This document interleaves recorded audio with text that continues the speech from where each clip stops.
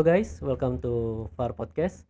Kita hari ini akan berbincang soal properti di Indonesia dan perbandingannya dengan properti di Malaysia ya. Nah sekarang saat ini kita kedatangan CEO dari VAR Capital nih, Pak Faizul. Dan beliau ini seorang expert di dunia properti, sudah kurang lebih 10 tahun, lebih dari 10 tahun bahkan berkecimpung di dunia properti. Beliau juga adalah salah satu expertise panel of expert dari Kementerian PUPR di Malaysia dan telah mendirikan perusahaan properti agregator selama kurang lebih 10 tahun dan menjadi salah satu yang paling baik, paling bagus di Malaysia ya. Nah, sebelum kita mulai nih Pak, mungkin Pak Faizul bisa menceritakan dulu awalnya asal muasal VAR Capital itu seperti apa. Jadi kita tahu nih perjalanannya Pak Faizul sampai akhirnya melihat bahwa ada kenapa masuk ke dunia properti gitu Pak. Oh, kita tuh mulakan VAR Capital tuh sebenarnya secara tidak sengaja. Hmm. Em, karena udah capek miskin ya. Jadi saya tuh mencari cara-cara, udah selesai wisuda di university waktu itu. Gimana ya caranya kalau mau jadi kaya cepat, Hmm. pantas gimana kan? Nah, daripada buku-buku yang saya baca, diomongnya tuh kalau kita tuh terus bekerja nggak bisa akan jadi kaya ya. Hmm. Jadi dan cara untuk jadi kaya cuma daripada dua cara. Nomor satu, sama ada mula belajar investasi, investor ya. Hmm. Nomor dua itu bikin bisnis, ya. So itu dua aja cara untuk jadi kaya, Ya. ya. Dan daripada kedua-duanya itu, kayaknya kedua-duanya perlukan modal sih. Betul, Jadi betul. aku tuh modalnya nggak ada. Jadi gimana mau mulakannya? Cuma waktu itu udah mulai belajar konsep daripada semua pelaburan yang ada ya, yang di luar tuh, daripada emas ataupun beli saham Hmm. ataupun mulakan bisnis, kayaknya beli properti ataupun beli rumah tuh waktu itu di Malaysia tuh bisa sih dibeli tanpa modal, tanpa Hmm. perlukan uang. Jadi itu aja investasi yang ada untuk orang miskin kayak aku. Yang lain tuh nggak ada, perlukan modalnya ya. Mau Hmm. beli emas kan perlukan modal, mau beli saham perlukan modal, mau berniaga juga perlukan modal ya, buka Hmm. usaha. So, jadi fokusnya ke arah itu karena modalnya nggak ada. So, jadi bila udah dapat kerja stabil yang pertama, waktu itu kerja di bank, um, udah bisa dapat loan ya. Oh, Udah oke. bisa dapat loan, jadi langsung 6 bulan kerja udah konfirmasi, bulan ketujuh tuh langsung beli properti. Hmm, jadi basically ketika Pak Faizul bilang bahwa beli propertinya itu bukan tanpa tanpa modal berarti ya, itu berarti dengan mengajukan pinjaman. Kalau di Indonesia kita punya istilah KPR tuh, berarti Ya, ada pinjaman KPR atau KPA yang dilakukan ya. gitu. Tapi boleh diceritain nggak sih Pak apa yang membuat Pak Faizul yakin gitu ke properti? I mean loan you can always take loan for another things juga gitu. Kayak misalkan untuk you take personal loan to buy uh, maybe saham misalkan gitu, tapi kenapa properti gitu Pak? Karena saham tuh di luar kawalan kita ya. Hmm. Perniagaan juga di luar kawalan kita. Kawalan tuh artinya Kontrol di oh. luar, you know, contohnya kalau kita tuh berniaga air nih, Hmm. emang kita bisa mengawal setiap hari itu berapa orang yang bisa beli dari kita? Nggak bisa kan? Oh, oke, Ya, oke. contohnya kalau kita beli saham PT ini, Hmm. kan emang kita bisa mengawal harga sahamnya tuh besok apa yang bisa dilakukan oleh CEO-nya. Jadi nggak bisa kan? Hmm. Ya, ya, Ya, ya. jadi kalau kita tuh nggak bisa mengawal outcome kepada pelaburan tuh, maksudnya kita tuh bergantung harap kepada makhluk lain ataupun Ya. orang lain untuk menentukan masa depan kita. Jadi untuk saya tuh kok Hmm. kurang comfortable. Nah, adakah saya tuh yakin dengan properti? Yakin banget ya? Answernya enggak. Karena waktu beli rumah pertama itu, waktu saya mau sign dokumen legalnya dan Hmm. apa semuanya itu, tangan saya itu menggeletar. Karena modalnya cuma ada waktu itu 800 8 juta ya, uang Indonesia Hmm. 2000 Hmm. ringgit. Nah, dan bakinya tuh untuk dijadikan modal sebagai pembelian rumah, ya apanya semuanya itu saya pinjam Hmm. daripada orang lain. Karena perlu pakai modal dulu ya. udah pakai modalnya, lepas itu nanti baru dapat kembali uangnya. Hmm. So keluarkan dulu modal, lepas itu Iya. dapat ya, udah selesai transaksinya. Jadi kita panggilnya itu zero down deal. Nah, adakah aku yakin yang ya pastinya oke? The answer is no, tapi kita udah study marketnya untuk properti itu udah 1,5 tahun kan, Hmm. dan kayaknya low risk begitu, karena angsuran bulanan saya cuma waktu itu nggak sampai 3 juta, tapi bisa disewakan pada harga hampir 4 juta Wow. ya So per bulan. it's a positive cash flow. Iya, Cicilannya dibayar oleh sewa bahkan ya. iya, Oh, ya. So oke. jadi dan udah jelas buat researchnya gitu. Mhm. Ada beberapa hari itu saya itu memang tinggal benar-benar duduk di depan satpam untuk kondo itu, apartemen itu, karena Oh. aku tuh mau melihat ya siapa yang datang nih waktu segini, orang tuh orang kriterianya orang apa, orang tua Hmm. ataupun muda ataupun cewek ataupun cowok, majority orang Hmm. yang sedang duduk itu siapa ya. So sampai karena waktu itu kan nggak ada data ya, Iya, iya. jadi datanya cuma ya udah manual doang kan. Nah, jadi udah setahun setengah mencari properti dan aku udah tahu waktu itu orang lain coba jual properti yang sama tuh pada harga sekitar eh 170, bukan, 550 juta. Oke. Nah, tapi yang saya beli rumah itu nggak sampai harga 480 juta. So jadi kita Oh. tuh udah beli sekitar 15% ya bawah pada harga pasaran. So jadi aku udah kira udah beli bawah pada harga pasaran nih. Nah, sewa juga patut oke nih. Hmm. Yang selebihnya tuh tawakal lah ya. Tapi masih menggigil dong ya. Nah, beli aja, cat rumah, perbaiki, beli Hmm. second hand, perabot, sofa kayak gini semuanya dibeli second hand aja, cari-cari sendiri. Hmm. Eh, Pinjam kereta orang tuh, bawa, panggil teman untuk cat rumah, belanjanya pizza doang karena nggak ada uang ya mau Kartu panggil. kredit berarti pakai kartu kredit pada saat itu ya. Bukan, maksudnya kita tuh panggil teman-teman aja untuk bantu cat rumah, nggak panggil yang expert Oh, gitu oke, oke. ya. So jadi banyak benda tuh kita buat sendiri untuk mengurangkan cost ya, karena uangnya nggak Hmm. ada, benar-benar hasil gitulah. Alhamdulillah nggak sampai 1 bulan dapat kuncinya tuh, udah ada orang yang menyewa dan orang itu duduk dengan saya tuh 7 tahun. Oh. Penyewa pertama saya nggak pernah culas bayar dan apa semua tuh. Jadi daripada properti pertama tuh terus ada confidence-nya ya, beli Hmm. properti pertama dapat uang sekitar, orang lain beli properti keluar uang ya. Betul, betul. Nah, saya beli properti dapat 100 juta. Uh, Nah, 100 juta tuh saya gunakan modal langsung untuk beli properti yang properti yang kedua. lain. Ya, dan properti yang kedua tuh benar-benar membuatkan saya percaya kepada properti, karena saya beli rumah tuh pada harga 500 juta. Nah, dan bayar kepada bank bulan-bulannya waktu itu ada staff loan ya. Hmm. Cuma sekadar 2,5 juta ya. Wow, Ya, wow. bayarnya. Kecil sekali. Ya, kecil sekali. Ya. Tapi penyewa pertama saya bayarnya 8 juta. Jadi safe to say ketemu loophole berarti ya Pak Faisal pada saat itu. Bukan loophole sih. Karena loophole tuh kayaknya mungkin sedikit illegal ataupun apa kan. Yang ini sekadar ya ketemu opportunity aja. Ya, Hmm. karena waktu itu banyak orang nggak mau beli studio apartemen ya. Oh, Mereka oke. bilang studio nggak bagus. Malah properti yang saya beli mayoritinya studio di kawasan tengah bandar gitu. So jadi Hmm. banyak orang ngomong properti ini nggak bagus, jadi dia masih murah gitu, nomor satu. Cuma soalnya itu banyak aja single-single expatriate yang daripada Korea, Jepang ataupun Iran gitu kan, yang perlukan apartemen yang kayak gitu, mereka nggak Hmm. perlukan 3 bilik ya, dan lebih murah berbandingan duduk di hotel gitu. Hmm. Karena hotel berapa? 1,5 2 juta per malam Iya, iya. ya. Kan kalau bayar 8 juta per bulan tuh, Ya umpama mereka duduk di hotel 4 stay hari seminggu ya, dong stay ya. seminggu udah untung berarti kan. Ya, malah lokasinya dekat aja sama hotel yang Oh charge-nya iya, harga betul, gitu. betul. So lokasinya bagus dan ketemulah market yang whereby underserved. Hmm. Nggak ada orang yang mau buat, orang kurang yakin. Nah, dari situ mulai beli banyak properti.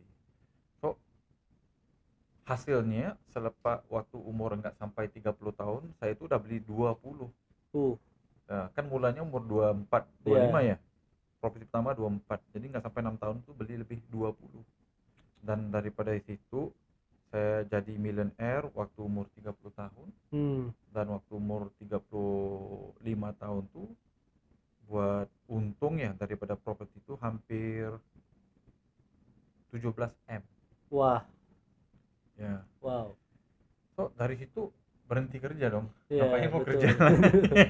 Udah Karena bos aku juga nggak naikin pernah ada ini. uang sebanyak itu. Dan saya juga tulis buku, dan dari buku tuh banyak yang tanya, bro bisa nggak bantu aku tolong beli properti, Hmm. bisa nggak ngajarin aku. Jadi saya tuh mikir kayaknya enak ya kalau aku tuh buka bisnis yang setiap hari bantu orang tuh nyari properti kayak aku. Nah, jadi Betul. disitulah bermulanya Farcap itu, karena diminta gitu. Daripada hasil bukunya tuh banyak yang tanya, bro boleh nggak, aku sibuk, aku mau buat kayak kamu, aku juga mau berhenti, aku capek dong kerja, Iya. bos aku bangsat banget ya. Jadi mereka tuh pengen kayak gitu. Jadi mereka tuh meminta bantuan, boleh nggak tolong carikan. Ya udah, sanggup Hmm. bayar nggak, sanggup ya. So, jadi oke, kita buka Farcap itu. Dan mula-mulanya tuh kecil-kecil aja, mungkin 20-30 unit aja per tahun Hmm. gitu kan yang kita transaksi. Tahun kemarin 2023 udah 1.000 Uh, 1.000 ini transaksi ya di ya, Malaysia. 1.000 transaksi di Malaysia. Nah impactnya itu bila kita tuh udah move kepada 1.000 transaksi itu, banyak pemaju yang datang kepada kita, Pemaju tuh developer ya, developer ya, developer. Oh. property developer yang datang kepada kita. Dan mereka tuh mau jual ya properti mereka tuh kepada Hmm. klien-klien kita, karena banyak ya, kita grup paling besar di Malaysia. Nah kita tuh, karena kita tuh besar, kita tuh bisa ngomong, nah lu mau jual ini kan pada member aku kan, Iya, iya. sekarang ini diskon lu cuma 20%, nggak cukup, aku maunya 40. Iya, you have bargaining I power have lah. bargaining power Betul, karena betul. bisa beli banyak ya. Iya. Ya bisa beli 20, 30, 50 unit satu bulan. Hmm.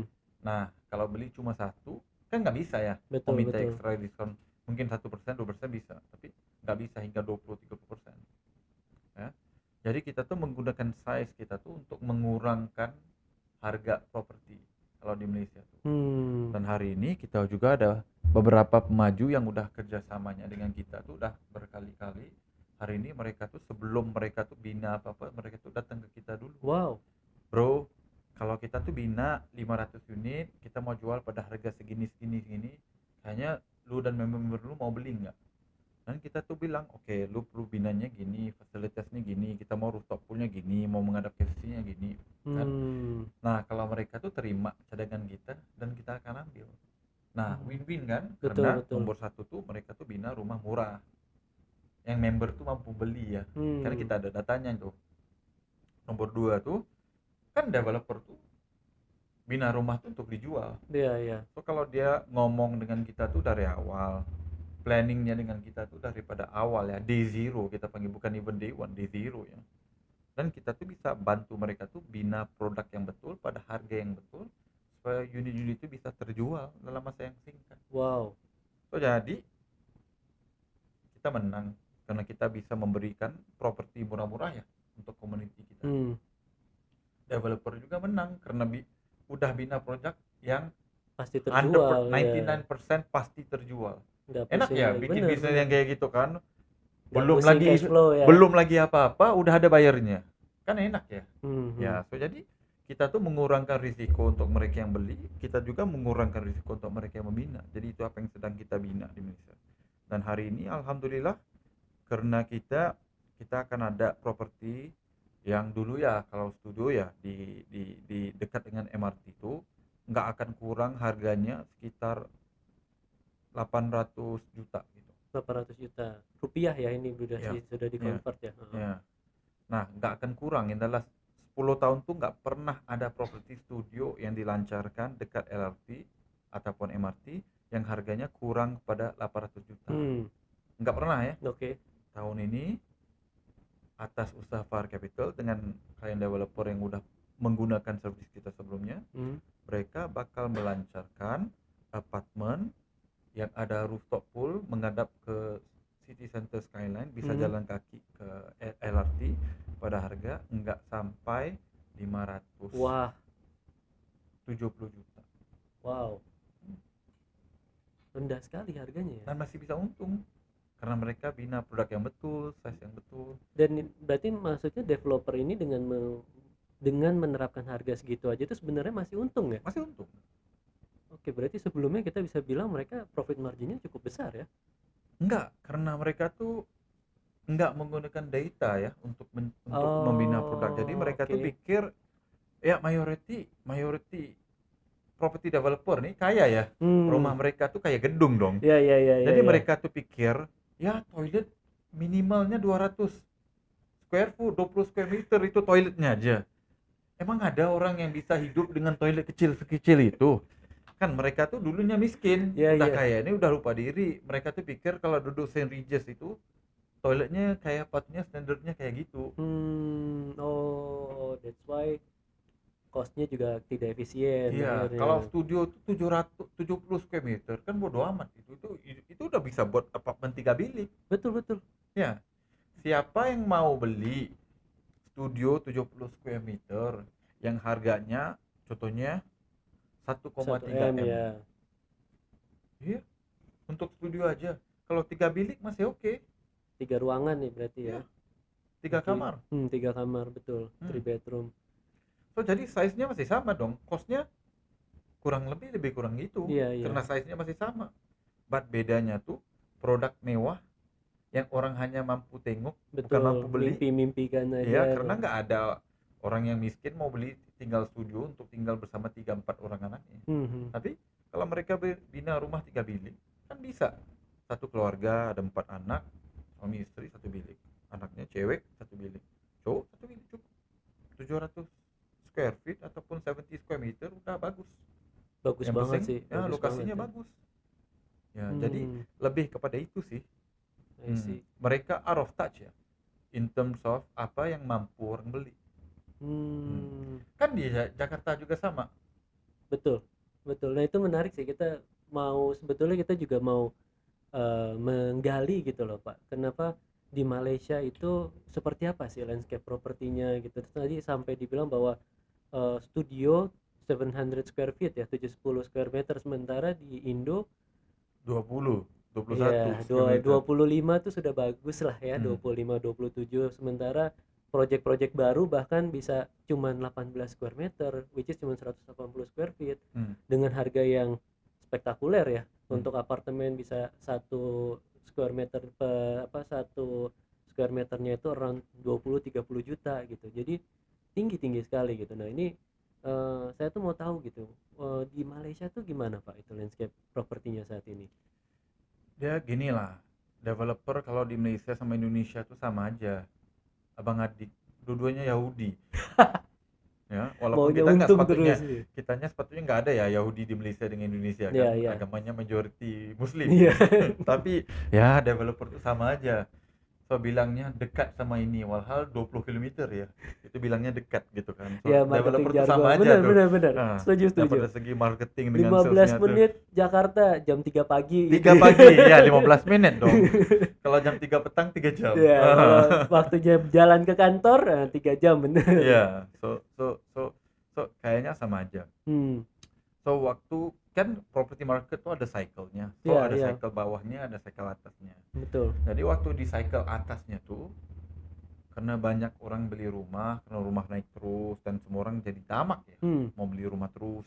Nah, ini contohnya apa yang berlaku di Malaysia dan Indonesia pada tahun 2012 hingga 2016. Hmm. Itu cycle property market itu sedang up.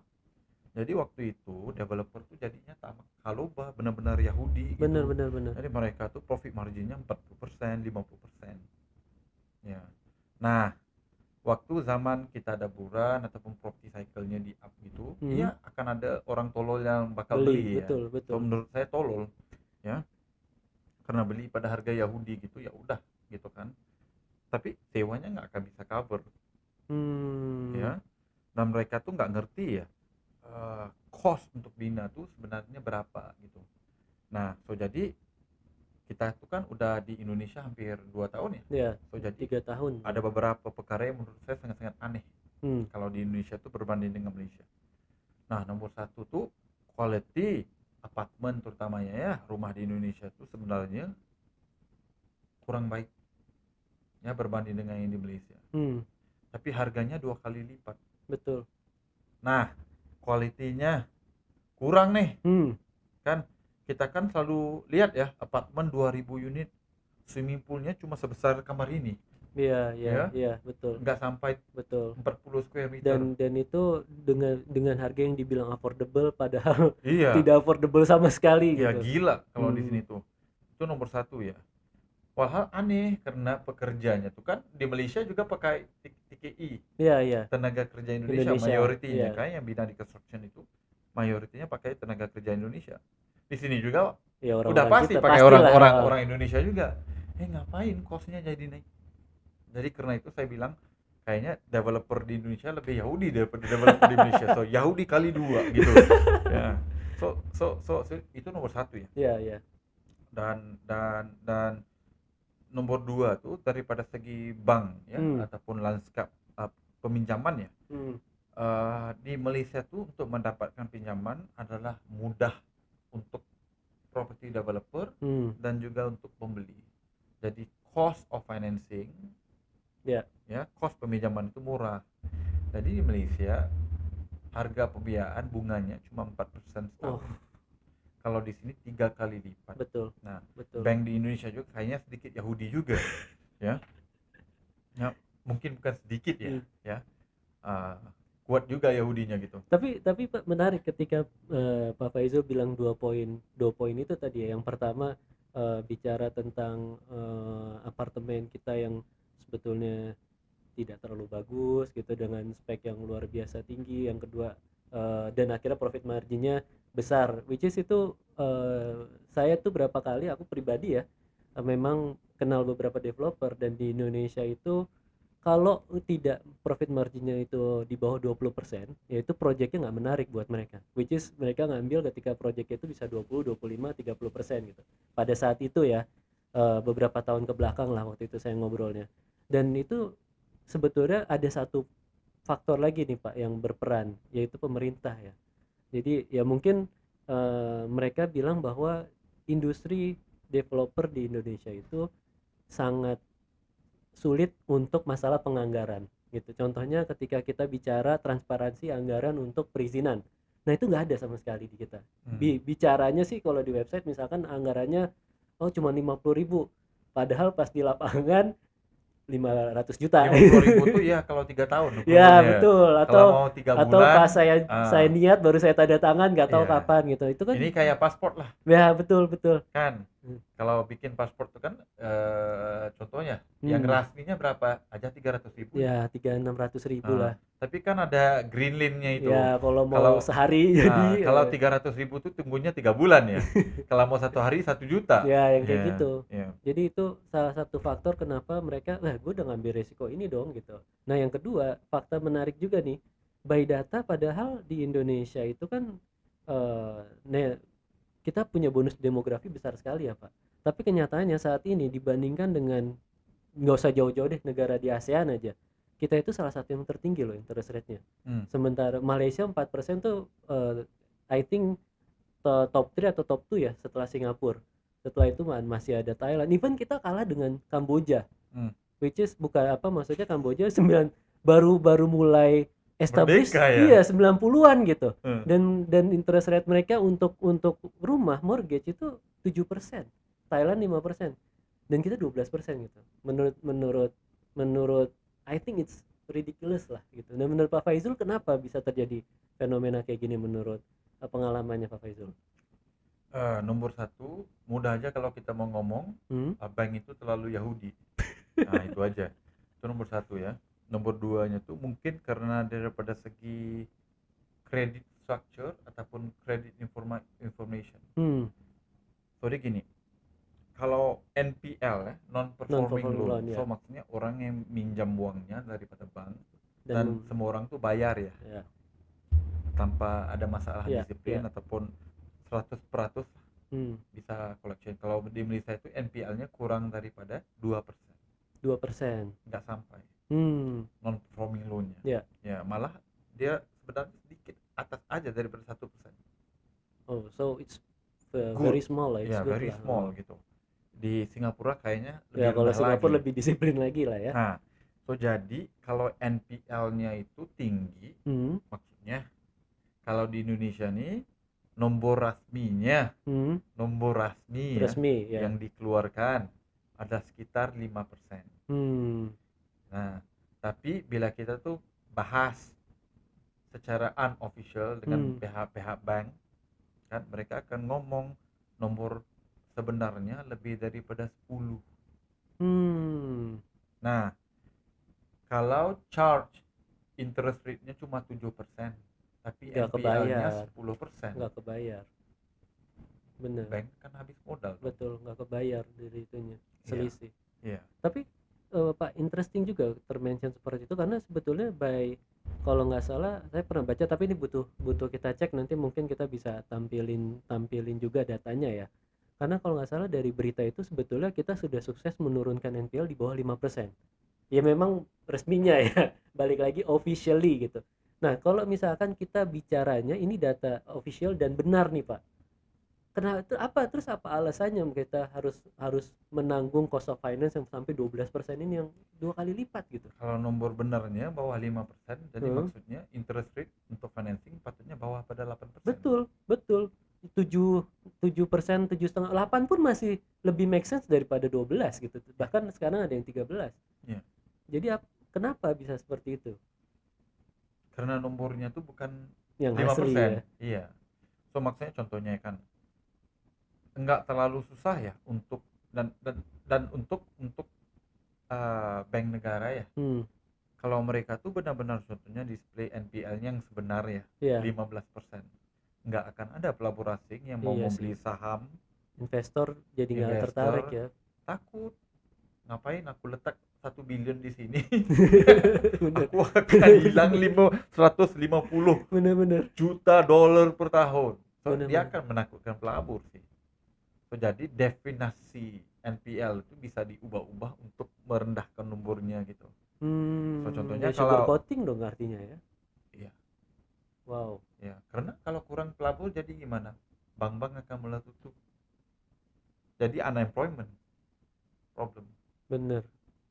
Jadi Iya, untuk menarik pelabur banyak, pelabur asing melabur, dan kadang-kadang negara itu akan perlu ceritakan cerita yang baik-baik.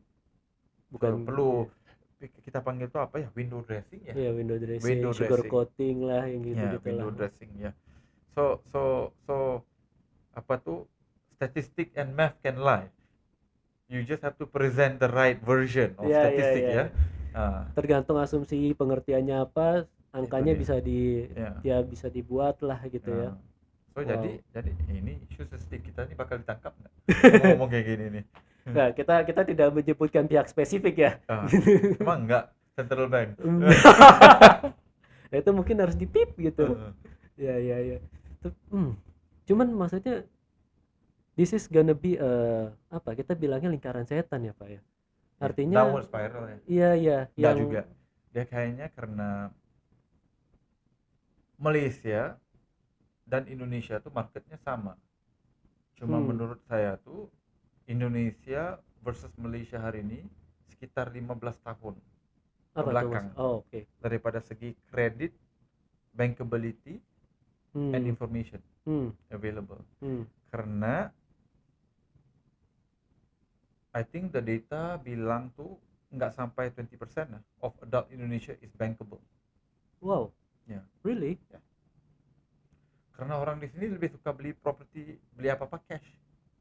Oh, Karena kreditnya mahal, benar nggak? benar Malah sih. beli rumah juga cicil cash. Betul, betul, betul. Persetujuan aja, banyak aja transaksi rumah di sini kayaknya mayority ya, yang sebenarnya nggak melalui channel kerajaan yang ada rekodnya itu. Ngerti nggak? Hmm, oke. Jadi tidak resmi dicatatkan. Nah, kalau itu menarik nih Pak. Aku juga mau bahas soal itu juga tuh. Jadi kalau di Malaysia, apakah data itu lengkap Pak? Let's say transaction, kalau misalkan let's say kita mau tahu nih nilai jual di Menteng tuh berapa gitu, atau mungkin di KL, di Johor Bahru, itu ada nggak sih Pak kalau di Malaysia? Ada. Ada. Cuma Hmm, karena gini lah ya, hmm, kita kita ambil contoh ya, the good example of full transparency is market kayak Singapura sama Australia. Kalau kita bikin transaksi itu, Semua bisa lihat. semua bisa lihat dalam masa nggak sampai 30 hari udah Wow. keluar. Oke. Di Malaysia laggingnya sekitar 3 bulan. Oke. Dan nomornya itu mungkin ada plus minusnya sekitar 10 to 20%. Tapi masih ada datanya. Data tuh ada. Oh, oke. Cuma kita boleh argue datanya benar nggak. Oh, iya. Jadi akurasinya belum tentu betul gitu ya. I would say kalau tergantung sih, karena kita tuh memang beroperasi dalam industri ini, kita tuh tahu Tahu gimana mau persis gamenya iya. transaksi itu. Iya. Nggak susah. Kalau di Singapura, di Australia, kalau lu coba menaikkan harga ataupun menurunkan harga sebenar itu is a jailable offense.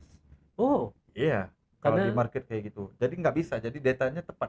oh, termasuk pelanggaran hukum berarti kalau di Singapura ya kayak Iya, gitu. kalau di Malaysia itu masih grey. Oh, masih boleh dengan transaksinya Iya, 500 cashback berapa gitu. iya, Oke.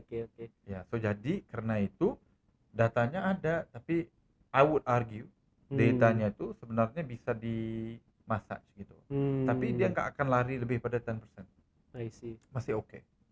Tapi itu- ada lah, Nah itu masih ada. kalau di Indonesia Pak, alhamdulillah kan kita mau cari data yang real gitu ya, kita mau tahu transaction cost itu nggak bisa. Kita selalu mengandalkan marketplace sebagai patokan kita gitu. Cuman untuk melihat apakah benar nih antara perumahan sini sama perumahan sini, atau misalkan development ini membandingkan gitu, apakah transaksi yang terjadi benar-benar segitu nilainya, nggak ada yang tahu gitu. Artinya di situ pun ada celah untuk developer mengeksploitasi kan, bilang bahwa ini harganya paling murah, dan ada aja, apalagi tingkat literasi, sorry ya, kita harus mengakui bahwa tingkat literasi Indonesia untuk membaca itu kecil sekali, sehingga kadang-kadang kalau misalkan dengan jargon marketing aja mereka udah bisa langsung, oh iya bener nih yang paling murah dan lain sebagainya, dan nggak mau nyari gitu. Jadi maksudnya banyak sekali PR dan menurut saya yang paling menakutkan adalah ya ada pihak-pihak yang akhirnya memutuskan untuk mengeksploitasi itu gitu, dan menjadikan ini jadi personal benefit masing-masing lah, yang which is salah banget gitu, karena aktor yang melakukan harusnya adalah mereka yang mendukung supaya ekonomi jadi lebih baik, kesejahteraan jadi lebih merata gitu. So kan questionnya jadi what can we do, masa kita terlalu kecil untuk melakukan sesuatu gitu. Jadi dan ini kan something yang Pak Faizul di Malaysia berhasil capai gitu. Bahkan terakhir kemarin kalau kita ngobrol waktu itu, VAR Capital itu bisa membantu mendorong sebuah kebijakan ketika Covid berlangsung, membantu orang-orang supaya mereka terjaga dari gagal bayar, ya kan, yang kayak gitu-gitu, which harusnya itu dilakukan oleh agen-agen kita nih gitu. Nah, apa sih yang bisa kita lakukan Pak? Maksudnya kepemilikan properti saat ini 12 juta orang Indonesia Pak yang belum punya properti by data. Balik lagi, I don't know apakah datanya tepat atau tidak, tapi kalau kita anggap itu tepat, 12 juta tidak punya rumah. 10 juta diantaranya itu masyarakat menengah bawah yang untouchable sekali. Nanti kita juga bakal bahas sih soal properti subsidi yang juga itu juga memprihatinkan gitu. Nah, apa yang bisa kita lakukan nih Pak untuk merubahin step awalnya deh, langkah kecil apa yang bisa kita lakukan? Kita tuh bisa lihat daripada segi apa yang kita nggak bisa kawal, outside of our circle of influence, dan apa yang bisa kita kawal. Nah contohnya kan mudah aja menyalahkan kerajaan semua. Betul, pemerintah lu ya, gitu, betul. lu korup karena itu harga rumah mahal dan semuanya, karena itu sengaja nggak ada data gitu kan. Boleh. Nah tapi realitinya gini, menurut saya market yang nggak transparan juga memberi peluang untuk mereka yang ada ilmunya. I cannot make my first 5 million before umur 35 tahun di Singapura. Bisa kok kalau papaku kasihnya 5 juta, ya aku dapat lah. Iya. Kalau kita kalau itu bisa. Tapi orang tua udah tajir, impossible for me to beli 20 properti di Singapura. It's impossible karena marketnya terlalu efisien, datanya jelas semua. Nah, karena aku usahanya lebih berbanding dengan orang lain, aku ada data yang orang lain nggak ada, aku ada ilmu yang orang lain nggak ada, dan semua tuh nggak transparan, jadi aku tuh bisa mengambil peluang ya mengambil peluang. Aku nggak bohong siapa-siapa, aku nggak tipu siapa-siapa, aku nggak ambil hak siapa-siapa. Aku juga beli rumah yang nggak laku daripada developer. Jadi for me it's okay ya. Banyak aja orang yang ngomong, lu Scam gitu. karena lu tuh spekulasi naik harta tanah dan apa semua tuh, karena lu harga rumah naik. Emang sebelum aku harga rumah tuh nggak pernah naik. Kan Ya, bodo amat ya benar-benar statement itu ya. tiap tahun naik ya Tiap harga tahun masih properti. naik. Aku beli ataupun nggak beli, lu Pasti beli ataupun naik, nggak beli, harga tuh masih akan naik, nggak pasti. ada kaitan. Betul. So untuk orang yang for me loser, blamer mentality, dia tuh kan ya salah itu, salah ini, salah papa, salah mama, semuanya salah. Dorar, The Iya. Explorer, semuanya salah. Ya. Nah, di market kayak Indonesia ataupun Malaysia, whereby data tuh nggak ada ya. Hmm. Untuk mereka yang ada datanya tuh, you become king, you become rich. Nah, Hmm. karena data di Malaysia tuh udah ada, kan, udah ada. Jadi aku bisa beli properti 20-30% aja lebih murah. Lebih murah ya. Tapi karena data tuh nggak ada di sini, kan kita juga pernah ketemu ya, benar-benar geng-geng yang bisa beli pada harga 70% Ya, bawah ya. ya, ya. So, lagi inefficient market itu lebih tinggi peluangnya untuk mereka yang ada ilmunya dan knowledge. So itu kuncinya lah ya, data, gain information advantage lah. If you have information, you make even more money in an inefficient market. If you don't have information, whether the market efficient or not efficient, you will still Iya, lose. betul.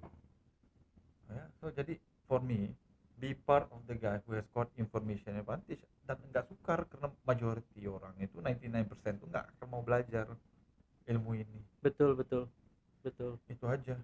Nah, I also believe that every market will become better over time. This opportunity will go away. Nggak mungkin marketnya akan terus tertutup. Nggak akan mungkin lah. In fact, I think ramalan saya untuk Indonesia nggak sampai 5 tahun dia akan ada nanti. Transaksi itu akan jelas ditunjukkan. Pasti. Mengarah ke sana ya berarti ya. Wajib. Karena ada uang yang bakal dibuat oleh syarikat yang bikin, yang kumpulkan data-data ini. Benar nggak? Oh iya, betul, betul. Ya. Tetap ada economic advantage di balik. Ya, kalau ada uang yang bisa Maturity dibuat, ini ya, pasti ada yang betul. akan mau usahakan. Kalau ada cuannya pasti ada lah Pasti orangnya. ada lah. Dan marketnya juga lebih besar daripada Malaysia. Ya. True. Jadi, for me, my prediction less than 5 years, maybe even next 2 years, you will see it di Indonesia. Jadi waktu itu nanti, kau komplain. Karena, bayangkan nih, hari ini karena nggak ada data nih, paci-paci ini umur 70 tahun ini mau ke umrah, mau jual propertinya tuh, dia nggak tahu ya harga rumahnya sekarang itu berapa. Betul. Yang dia kira ya udahlah, Yang aku penting dapat bisa uang, ya. dapat pergi ke umrah, udah gitu kan. Iya. Ya. Bayangkan kalau datanya semua udah ada, dia bisa tengok nih. Tinggal buka HP gitu sebentar ya. Dulu rencananya mau jual 150 karena belinya 100. Nah, ya udahlah, untung 50 kan, 50 juga, ya. cukup kan. Sekali lihat market value-nya 500. Ya udah, aku mau jual 500. Betul. When everyone becomes smarter because the data availability, there will be less opportunity. Iya sih, betul. Bener sih itu juga. Yeah. Sebetulnya ya kita harus akui lah itu. Aku miskin B40 bro, aku beli rumah pertama, aku savings aku nggak sampai 7 juta uang sendiri. But aku bikin homework, aku ada information advantage, aku lakukan. I put in the work.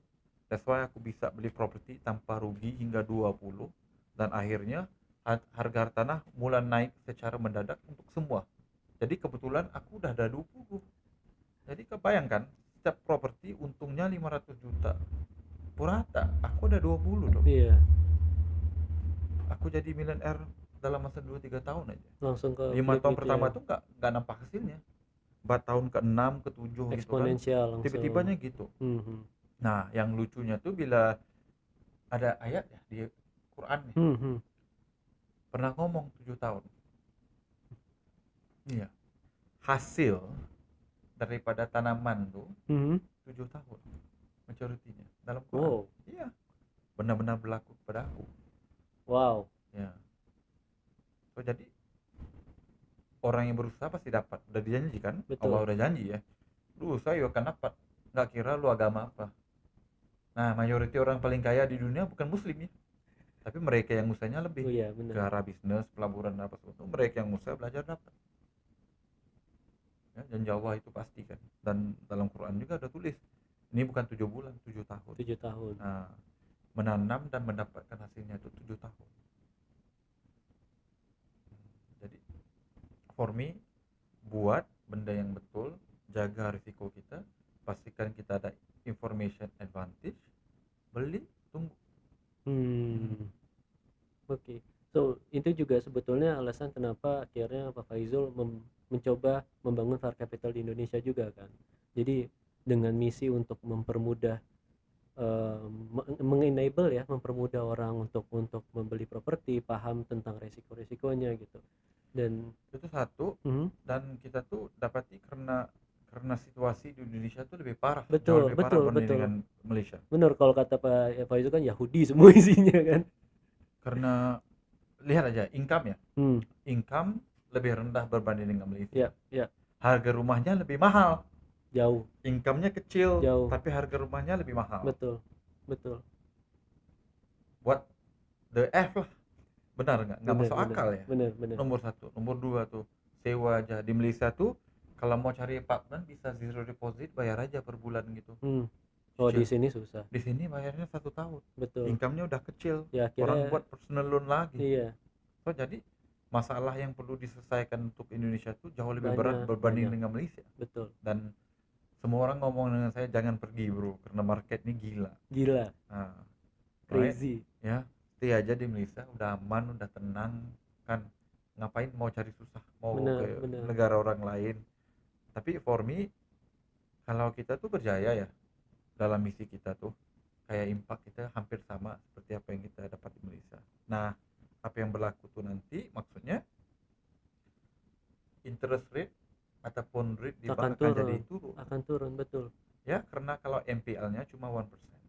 Nanti Nggak ada Indonesia alasan buat bunganya kita, cuma ya. 4% dong. Benar, nggak ada alasan buat meninggikan bunga lagi kan. Iya. Nomor satu. Nomor dua, nah developer target 40-50% nih, untung nih 30% nggak berbaloi ya. Nah, tapi kalau kita bisa guarantee sales, kayaknya 15-20% dia akan sanggup Ya, terima karena udah oke lah, udah apalagi confirm. betul, apalagi Ya, kita bicara kita mengefisiensikan waktunya nih gitu, yang tadinya benar. kejual 3 tahun sekarang cuma setahun laku semua gitu kan, jauh Lebih lebih bagus 6 bagus. bulan. Wah, 6 bulan bahkan. Ya, kalau di Malaysia itu bisa 6 bulan terjual semua. Wah. Nah, untungnya di sana mungkin 15%, tapi setiap 6 bulan tuh ada mengulakan terus project baru. betul 15 tambah 15 udah 30%. betul, Dan risikonya nggak nggak ada. ada. Berbanding dengan lu coba 30%, tapi tapi jualnya 2-3 5 tahun tahun. ya, bener bener itu sih. So jadi for us, kalau kita tuh bisa membina ekosistem yang membantu ya supply dan demand, insya Allah dua-dua akan menang. Bener. Ya. Dan saat ini memang kita juga ngelihat bahwa faktanya informasi soal properti itu juga masih sangat minim ya. Rata-rata mungkin yang lebih banyak beredar itu tentang tips, trik gitu kan. Dan sekarang kita mau mencoba untuk memberikan data yang lebih relevan buat teman-teman di Indonesia buat belajar juga gitu. Iya kan? Jadi kan project mangkrak juga banyak di Indonesia berbanding dengan di Malaysia. Jauh lebih banyak. Nah, kenapa? Karena developernya tuh nebak terus. Betul, ngerasa mereka tuh pikir ya udah aku jual pada harga gini, untungnya 40%, ya. Oke lah buat gitu kan. Soalnya nggak ada datanya cuma oh teman aku bikin project di kawasan ini harganya 25 juta per square meter sih, aku bakal bina project yang lebih baik daripada dia, aku jual 27 juta. Itu perbandingan dia. Benar cuma gitu doang. Betul, itu aja. Yang tapi ini nggak laku mengambil kira ya, income betul. di kawasan itu, betul, timingnya, fasilitas, waktu mereka fasilitasnya. Jadi bila mereka salah merancang, mereka pikir bisa dapat jual 70% ya dalam masa 18 bulan, tapi in the end jualnya cuma 20% dalam masa 18 bulan. Proyeknya jadi mangkrak karena uangnya nggak cukup. Nah, kalau kita berjaya, kita akan dapat selesaikan masalah ini juga. Betul. Proyek nggak mangkrak, interest akan jatuh, harga rumah juga lebih berpatutan. Karena developer tuh sanggup menerima harga untungnya lebih rendah tapi Cash flow-nya, guarantee. iya, dan cash flow-nya mereka kan jadi lebih Iya. sehat. Karena nggak ada developer yang mau projectnya mangkrak, karena Betul. lu bisa bikin 50 project sukses semua, satu project mangkrak, Cash flow reputasi lu langsung ya. habis. Dan kayak itu tetap akan mengganggu cash flow juga Iya. gitu company-nya. Iya. Dan banyak memang keluhan yang seperti itu juga sih. Ini sebetulnya sih kalau kita bicara apa yang bisa diperbaiki ya di negara ini tuh banyak banget sih Pak. Tadi juga aku sempat mention masalah subsidi yang kurang tepat gitu. Teman lebih baik mungkin kita bahas itu di episode selanjutnya ya. Biar kita itu dulu. Jadi kita bahas nanti di episode selanjutnya nih Pak, supaya teman-teman para Farket Buddies tahu bahwa apa sih sebenarnya yang mau kita gali dari sini, keluh kesah apa, pain point apa yang sampai akhirnya Farket Indonesia ini terbangun, dan visi misi kita untuk mempermudah kepemilikan rumah, membuat seluruh kalau bisa mensejahterakan juga ya, Iya. masyarakat Indonesia itu bisa tercapai. Oke, cukup sekian untuk episode yang kali ini. Selanjutnya kita akan bahas lebih banyak tentang kenyataan di properti di Indonesia. Jadi stay tune untuk episode selanjutnya. Thank you. Bye. 1, 2